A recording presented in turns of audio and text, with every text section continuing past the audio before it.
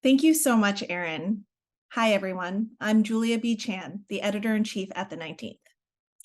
I'm now joined by an intersectional and intergenerational group of advocates as part of our 19th Celebrates series, honoring AAPI Heritage Month in May. With us today, we have Kevin Aipopo, a storyteller and community organizer. Kevin's work centers the intersections between their ethnic identity as a Black American and Samoan person and their gender fluidity. Next, we have Kim Tran, an activist and DEI consultant.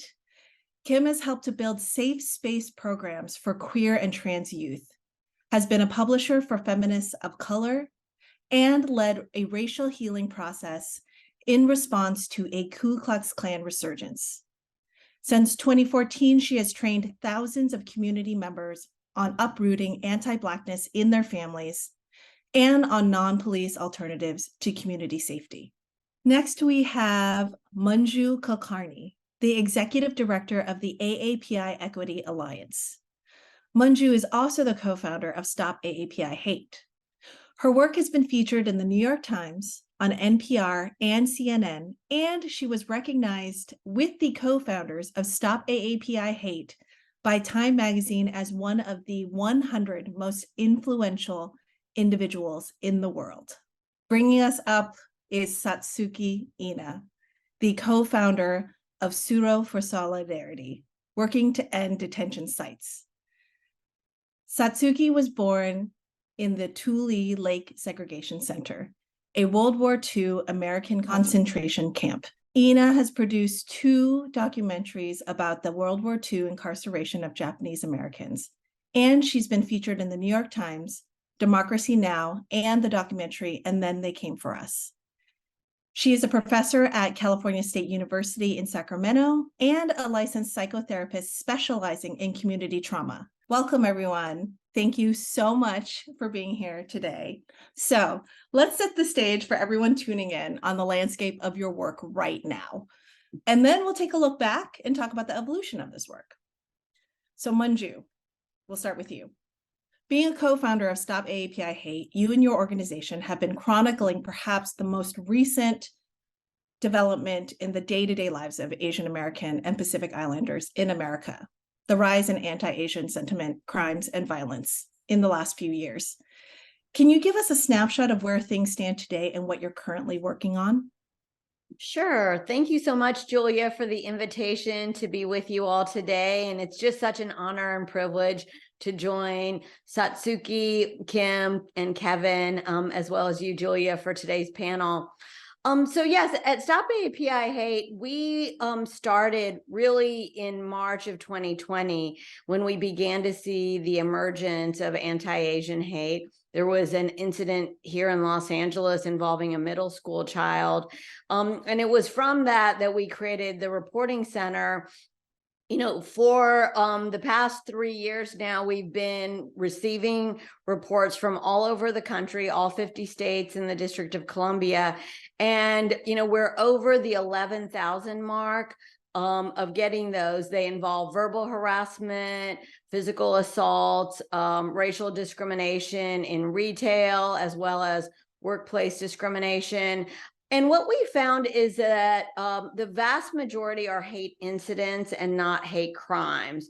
And that's really important because we know that some individuals in the community have been calling for more law enforcement, but really we know with this data that policing is not going to be the primary solution, given that most are not even crimes. And so what we've decided to do is really focus on local, state, and federal policy. We got 2 bills passed in the California legislature last year. They were signed by the governor to really promote safety in public transit, given that a number of incidents happen there, and to also address discrimination in retail, another arena where we're seeing individuals in our community being harassed, being discriminated against. And so now really looking to build a civil rights infrastructure, as well as promote education equity and true community safety solutions. That's where we're at now. Thank you. Using this as a jumping off point, Kim, how does this dovetail or not with the work you're currently doing, and specifically around coalition building, perhaps? Sure. I think the work of political education is to help folks envision a different political horizon, right? It's not here are the laws and how do we reform them slightly. It's kind of what we're talking about here, which is how do we actually want our communities to function in a safer way? Who do you want to call when something happens? Is it your neighbor or is it a police officer with a gun who might bring deadly violence into the situation? For a number of years now, since the beginning of the Black Lives Matter movement, I've been working with Asian Americans on what it means to have conversations that sound like this in an effective way with your families, because all of these things kind of start at home, right? And so coalition building for me has always begun with what is it that you want to happen in a highly localized way, from who does your mom or your grandparent call when they feel unsafe, to are you passing out alternatives to police flyers in your neighborhood? That's actually where I've always wanted to start and where it begins and oftentimes where it ends, right? Because the police are actually the last bastion of safety, and if any sort of version of community safety exists. So coalition building for me is always something that is deeply rooted. It begins with a conversation. It ends frequently with just what you do in your household. That actually raises a question I have around something, that had been articulated in the current tracking of anti-Asian hate and sentiment has been that previous to 2020, previous to perhaps even 2016, these kinds of incidents weren't being reported. And so to your point, Kim, how have you seen this evolution of conversation, of reporting, shape up in a way that is encouraging to see, or not so much, that perhaps is a signal that more work could be done here?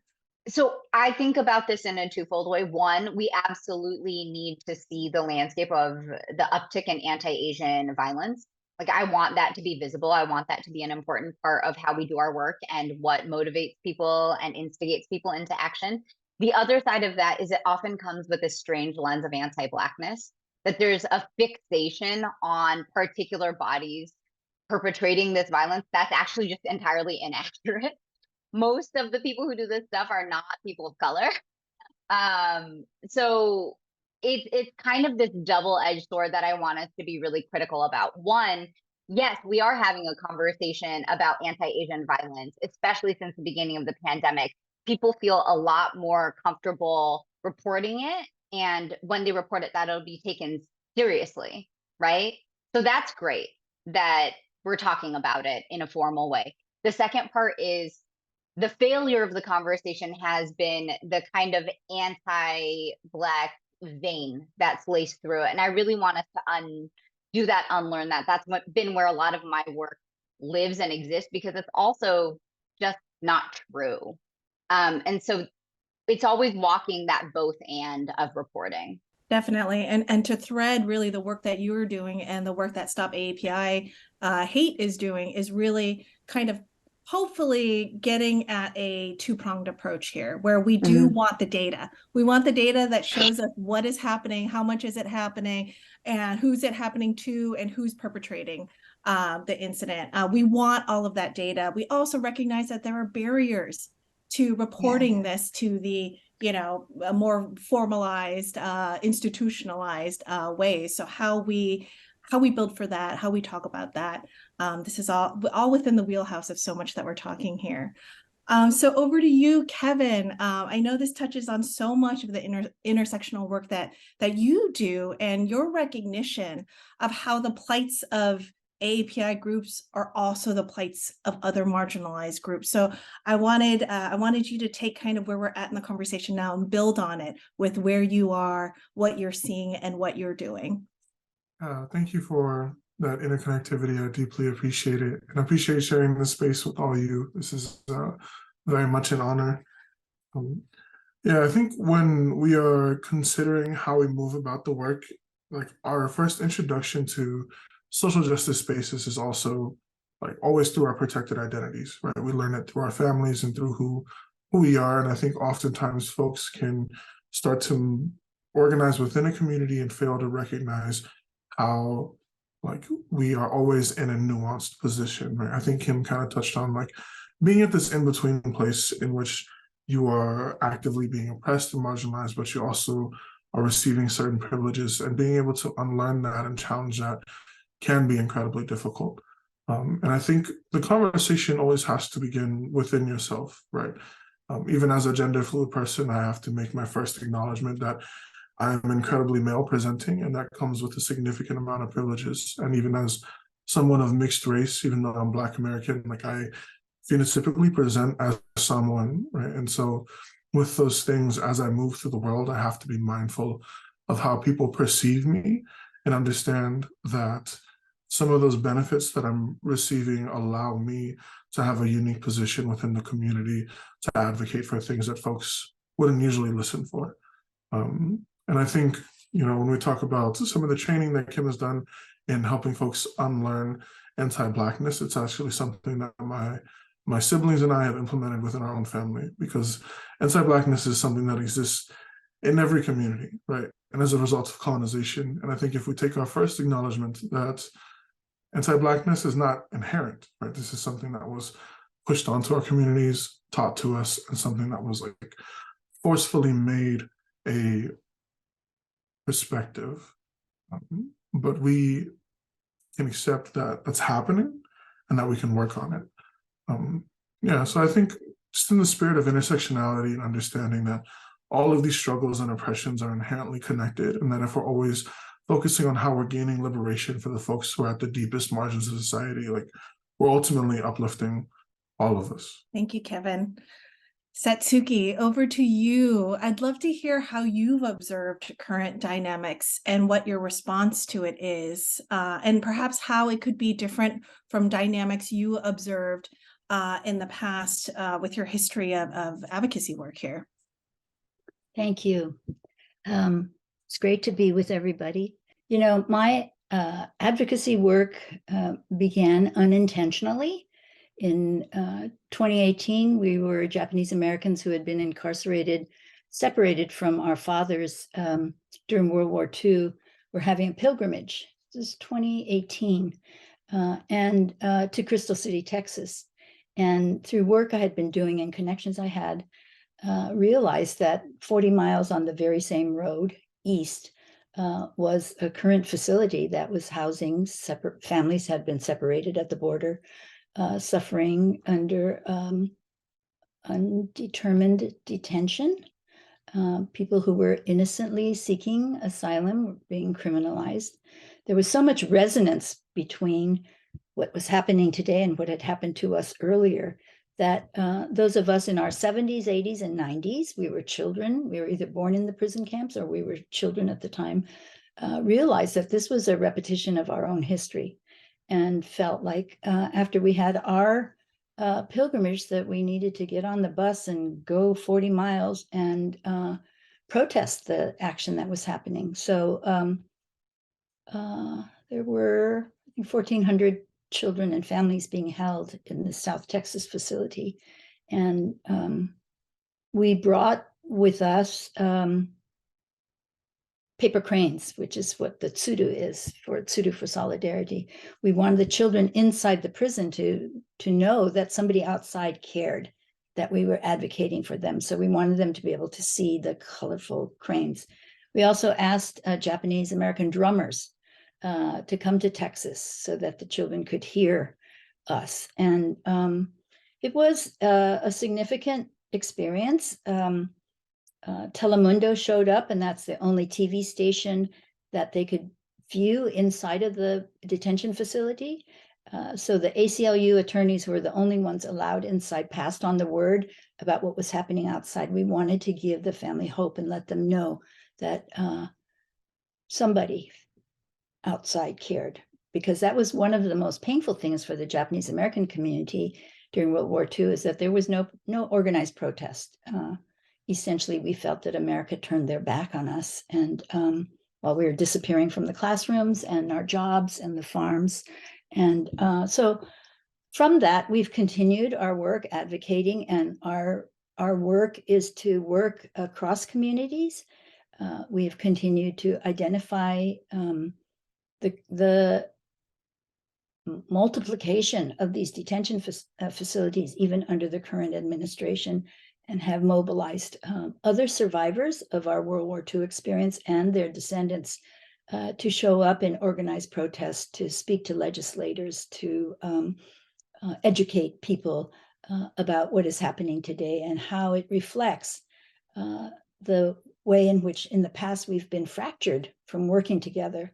So we are reaching out to and working with organizers from Black Lives Matter, Bend the Arc, Detention Watch Network, Brown Beret, so that we have solidarity when we're making these, making our presence known at the different sites, and continuing our work, because we know now that 17 more of these detention sites that are going to hold mostly undocumented children are planned to be built. So our work started out as a small pilgrimage for a bunch of us old people, turned out to be a rallying cry for how we stand together with other communities to stop this inhumane treatment of people seeking asylum. Thank you for painting such a vivid picture of what it sounds like an outcome that you wanted, but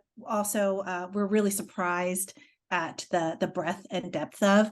And I wanted to draw or perhaps underscore this past that you have signaled to, in which communities were more fractured, or that, you know, in World War II, this is not a comparison by any means, there were no organized protests, and there are, you know, ways in which we can facilitate there are ways in which we can facilitate connectivity now, and how that hasn't happened so much in the past. What are things, and this is a question for you all, but I'll stay with Satsuki right now. What are ways in which you feel like you have been able to facilitate this coalition building, this community, in ways that had not occurred in the past? What is different about now? Well, for us, I would say it is personal communication, reaching out, having contact. I think Zoom really helps because we can reach out across the country. We are very respectful of people who are organizing on the ground and see ourselves as support people for that. So we're always paying attention to honoring the work that people are already doing, and how can we add our history to that event. So we have reached out personally to different communities, building relationships first, gaining trust, really working to counter the fears that people have that they're going to be appropriated or overrun by another organization. And so we've built friendships, and that's been really important. And through that, that's the basis for our coalition building is to have personal contact. And Zoom has certainly helped us to work across the country. And we have found also that we, as a community of people from different organizations, different communities, need a healing. And we found that the healing that was really powerful is when we sat together, people of all different colors, sitting and sharing their stories with each other, and finding the common bond. And so we do healing circles after every direct action, and have found that it has had a powerful effect on building our coalitions. I think if I can share just a little bit about what Satsuki is saying that feels really important to highlight is, one, the relationships that exist and the history that exists, and the reality of information sharing right now. One of the most effective things that I think can happen is folks understanding that there's a long history of Asian American solidarity and Black American solidarity that exists. right? And so sharing that with folks oftentimes kind of seeds the possibility of coalition, and then building a relationship on top of that can actually create the kind of coalitionary and solidarity connection required to create social change. So pointing people to the reality that Ho Chi Minh and Marcus Garvey had a relationship, and Dr. King and Thich Nhat Hanh had a relationship, and then getting us to Yuri Kochiyama and Malcolm X, and then getting us to the 80s where Vietnamese fishermen and Black folks are fighting against the Klan, all the way to Asians for Black Lives. That's a really powerful history. And the minute you give people a sense of it's worked in the past, we've done it in the past, becomes a moment, I think, of a really generative moment where they can start envisioning themselves in those roles as well. And that's where relationships can come from. And that actually isn't possible without knowing the history and then sharing the history, and then having an era in which we're on Zoom, we're on Twitter, we're on Instagram. We get that sense of reality, and we get to keep building on that foundation, right? And if I may jump in, I think too, what's really important as we dive into the history is understanding and seeing the through line, which it really involves institutional racism, right? That it is, and something we try to make very clear at Stop AAPI Hate, both to address the anti-Blackness and then also bring about long-term systemic solutions, is this is not just about interpersonal relationships other than the organizing, but like the actual attacks, these often come from governmental policies, right? And we see really a place where rhetoric and policies can drive animus against our communities drives rhetoric and policies. And so, in terms of scapegoating specifically, we are now moving away from COVID-19 being sort of the original place of where this hate comes from right now in the last few years, to looking at national security issues, economic insecurity, and of course, public health being those drivers. And you see often legislators, candidates weaponizing those issues in order to, for their own political purposes. But then those literally put our communities in harm's way, both in terms of the interpersonal attacks as well as, the policies, again, that are used systematically against our communities. And let me just say, when we look at the data, we actually are releasing a report tomorrow, a civil rights report, and a study we did with the University of Chicago, which found that nearly 50% of our community members have experienced some form of hate or discrimination in the past few years. And 30% have changed their behavior because of the impacts it's had. And yet only 1 in 5 will report it. It was a question you had asked earlier, Julia, which is, will people share it? Will they hold institutions accountable? And one thing that I think we're all talking about is how important it is for all of our communities, because, from, before the time of Japanese American incarceration to, the policies of exclusion under the Asiatic Barred Zone Act, to actually the model minority myth. These are all of the ways in which there have been the wedges created between our communities and others, and when policies also then have driven some of the hate. Yeah, I think returning to this point about history and how the acknowledgement of it is really important, there's a guiding mantra in my work that's a Samoan proverb that is Namato Tutu Lau Maine, which means that on the journey to where I am today, I've rested under many trees.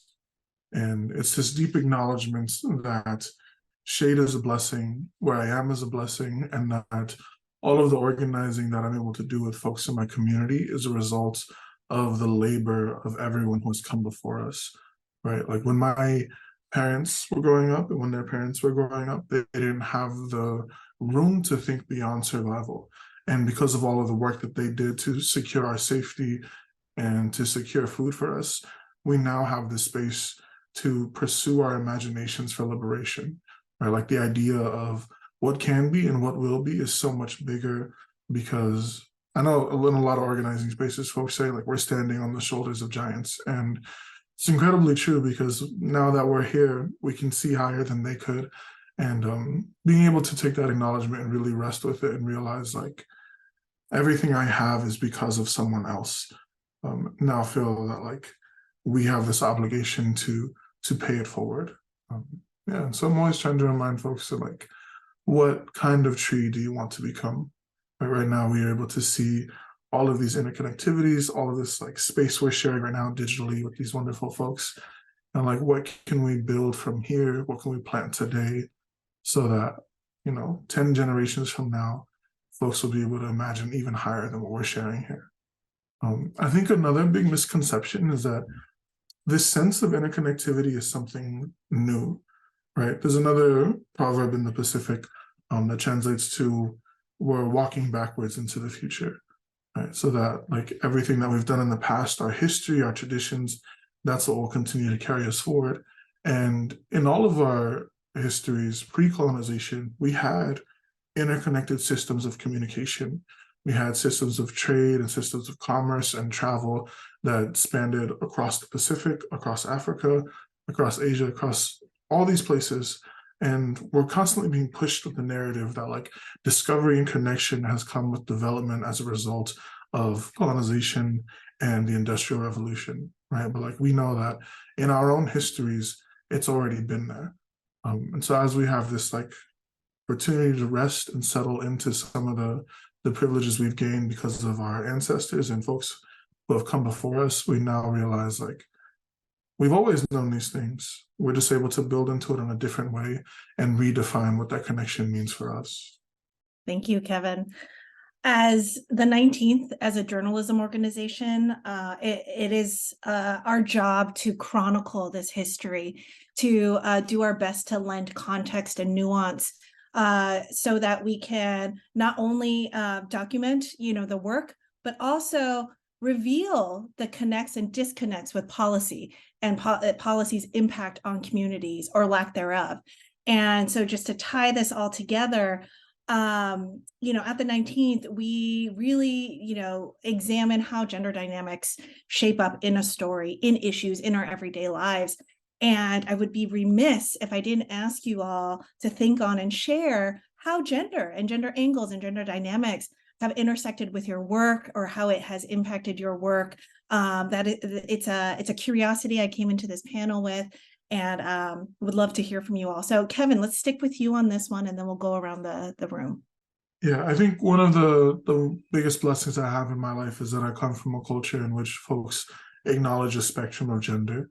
In someone, there are what people would consider three genders, right? There are folks who are male, female, and then there are folks who are fa'afafine, which means in the way of a woman, and fa'atane, which means in the way of a man. So inherently there's an acknowledgement and like very specific roles for folks who are transgender.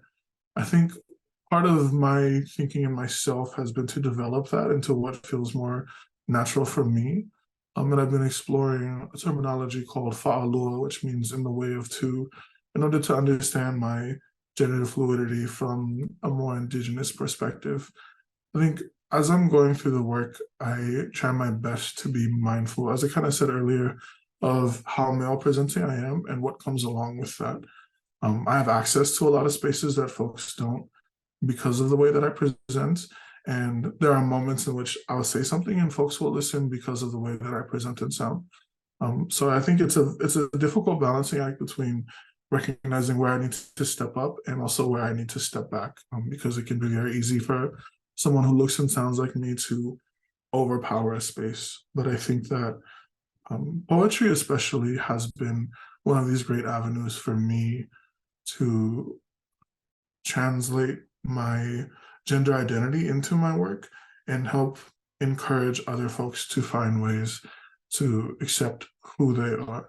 I think there's a lot of time in which like I enter a space and I'm immediately prescribed a gender and I have to start to do the work to undo that. But if I'm able to enter with words and art pieces, then folks have to see that before they see me, right? They have to listen to that before they listen to me. So I think it's all just a roundabout way of saying that, trying to do my best to think on my privilege and to encourage folks that like these identities exist, they've always existed, and we're allowed to embrace them in whatever traditional or non-traditional creative ways we want. We don't have to accept what folks tell us we are, who they tell us we are, but that we're fully capable of building and blending all the blessings we receive to say, this is who I am. I think when we consider abolition as a movement, it's always important to remember that abolition is a movement led by queer and trans, often femme people of color who are themselves survivors of interpersonal violence. And one of the most powerful things for me is always working with people who live at the intersection of all of these identities. And the deepest desire that we often have is, how do we remove this kind of interpersonal harm, both at a systemic level and on a lived level, right? And I think because folks carry these histories of violence and trauma, they're also really committed to changing them. And so movements, I think, mirror those demographic realities and the research, and it also creates this level of dedication and commitment. So I always turn back to my community within the work of uprooting violence. It's always something that I think we see amongst folks who exist in that kind of underestimated, marginalized space. One of the really significant experiences I've had recently in this work is working intergenerationally across generations, really developing communication and ways to work together that have been mutually beneficial. I think our traditional Japanese and maybe Asian culture, there's this hierarchy of elders and subsequent generations, and working together as partners and learning from one another has been really a powerful thing. And it has brought up issues of gender and privilege that part of our work is to challenge and in our everyday work. And that has been really a powerful lesson for me to see that we can actually make change in our attitudes in the moment that we're having the conversation. Well, I think for me, I've been just so honored and privileged to work in a number of different communities from early on, working alongside African-American attorneys at the Southern Poverty Law Center, part of MALDEF, and looking at ways in which undocumented Latinx students were discriminated against in terms of higher ed. And then the Japanese Latin American community seeking redress after they too were kidnapped from their homes in Brazil, Panama, Peru, and other countries, and brought to the US and put in incarceration camps. And what I've seen is, these are common struggles. These are universal ways, really of, I would say, dehumanizing peoples. But what's also common is that we all share a humanity, and we all have resisted white supremacy. We will continue to resist white supremacy. We have a resilience across all of our communities when we come together, when we interrogate power. And I think, for me, what's so important is, in seeking all of that, is the self-actualization that is there, both for us individually as well as for our communities. And I think, what every single one of the folks on the panel has said, that when we come together, we are really able to do that in a way perhaps we haven't always. I think certainly we didn't need colonization to come together, and our communities did have those shared opportunities for redress. And so I think that moving forward, the more we can do that, I think the more successful we're going to be. And I think we're going to be able to know and see not only each other's humanities, but hopefully even our own. Thank you so much to everyone on this panel for making the time, sharing your energy, your wisdom, and your openness to sharing with us all today. And thank you to everyone tuning in. I would now like to introduce a very special musical performance for AAPI Heritage Month. It is my honor to introduce Shuba.